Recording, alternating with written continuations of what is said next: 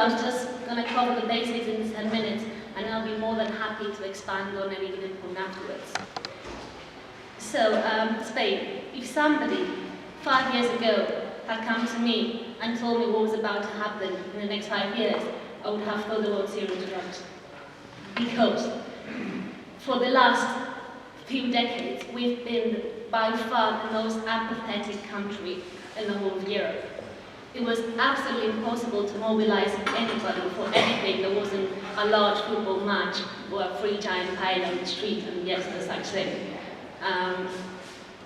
The last few years have been incredibly frustrating in that we witnessed the state being taken apart bit by bit.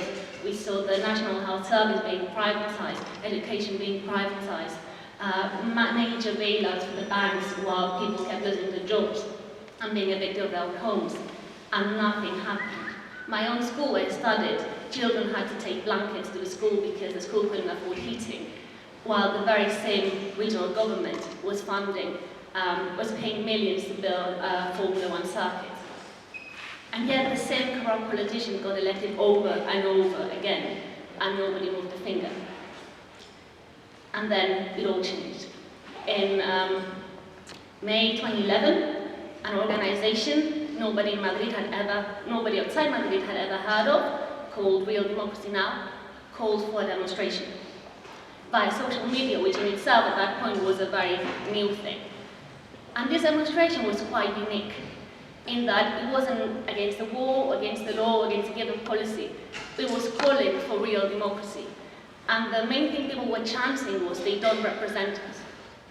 And this was mind-blowing, because there hadn't been any mainstream debate on the media, on society, about the legitimacy of institutions. It was completely new and out of the blue. And yet there were thousands of people marching on the streets, chanting, they don't represent us. What happened next, you probably know. After this demonstration, a few people went to one of the main squares in Madrid and tried to set up a few tents. They were kicked out by the police, and then they came back in the hundreds and then thousands and set up a gigantic camp that got replicated in all the major towns and cities all across the country. Most important thing as well was, yes, the people camping were obviously a minority, but the polls show that over 70% of the Spanish population backed these occupations and felt identified with the message. So obviously anger had existed, frustration existed, it just hadn't found a channel in which to express itself.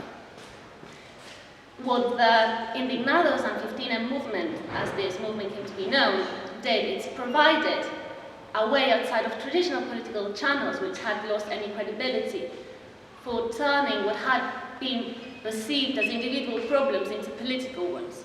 So yes, people had been complaining at home and in the bar about being jobless or being evicted of their own houses, but these had been perceived as individual things.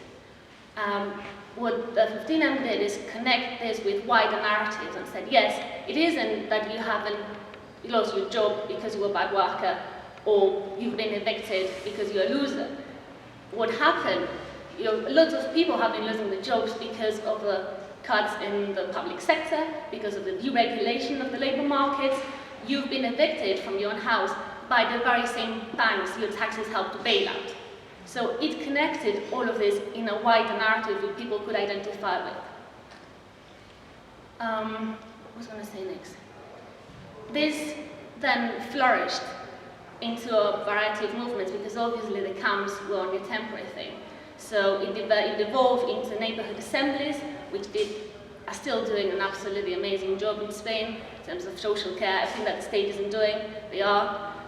It evolved into the citizen tide movement, which is an absolutely amazing example. So there's the called tides. We have the white tide against the privatization of the NHS. We have the green tide for state education. We have the maroon tide that represents the migrants that have been forced to go out of the country.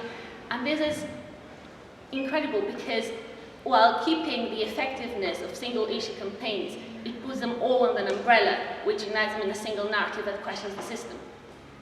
Also, we've had the platform against evictions, in which whole neighborhoods go to houses of families who are going to be evicted and physically stop the police from evicting them, to great rates of success. However, while all of this was happening, we also had general elections, and they were won by the Conservatives with an overwhelming absolute majority. This was obviously incredibly frustrating, because we all started to question what's the point of everything we're doing if at the end the same people get re-elected, not only the same people, the most corrupt party and one that's been advocating openly for austerity measures. And then what we realized is that while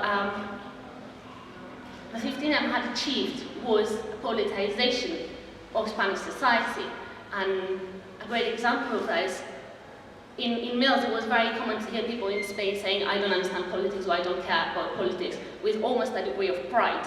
You won't hear that anymore. And I remember going back home 2 months after the first count and going to a bar in my dad's village in eastern Spain and hearing 2 men the age of my grandfather talking about tax havens. I almost cried. That was absolutely unthinkable 2 months prior to the Indignados demonstration. So while the Indignados had achieved that politicization of Spanish society and turning individual problems into political ones, in terms of grassroots bottom-up movement, what we didn't have was a voice in a position of power that could react to that voice that was coming from beneath.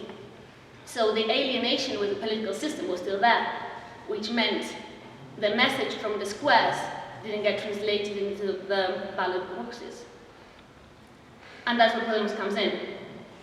Podemos was formed last January, 5 months before the European elections, and it ran what's been considered the most cost-effective, cheap, successful campaign in the history of EU elections.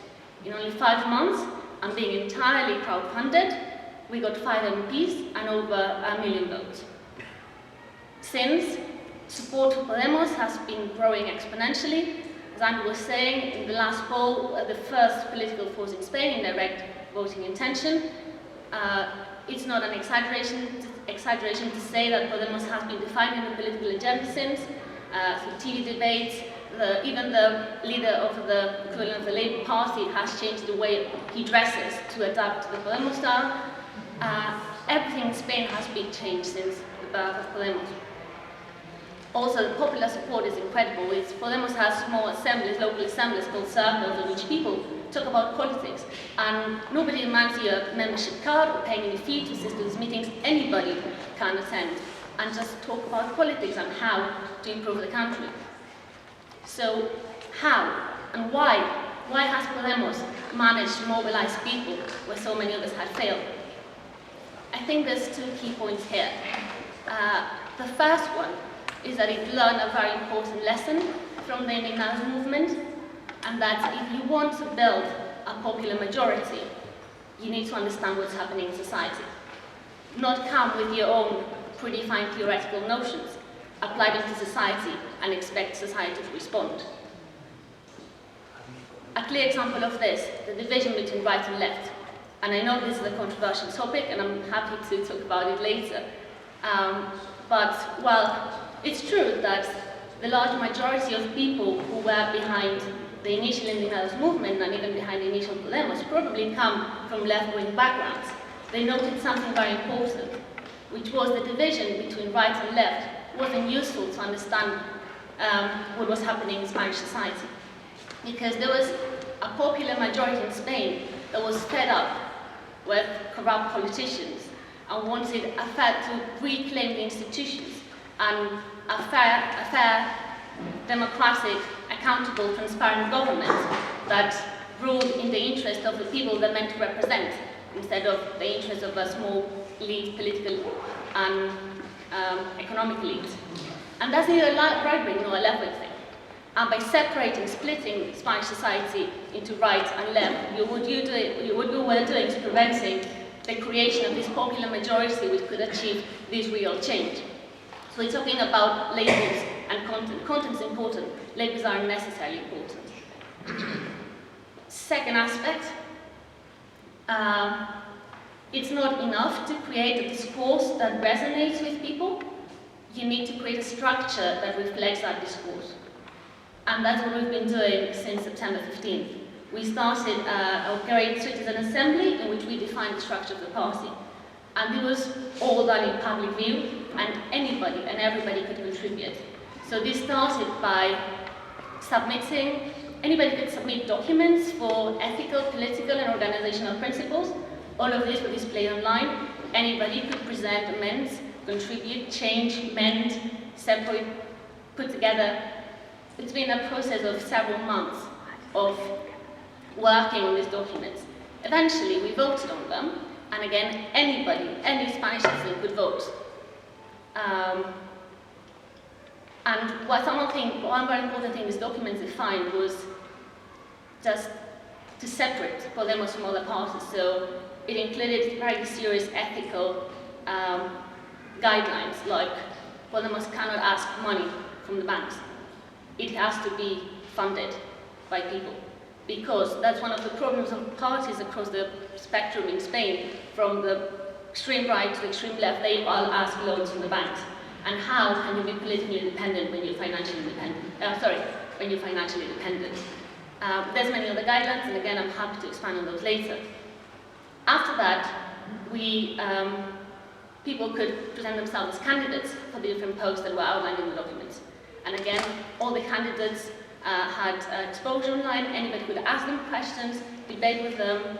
And finally, yesterday, we got the final election for the positions, and we have now a solid party that's become an effective yet participative tool for changing the situation in Spain. And it's quite important that anybody could participate in this project and feel part of it, because it's not enough to say you're democratic. It's not enough to, you have to act as such. So I think I'm gonna stop now. I'll stop babbling on and let others speak.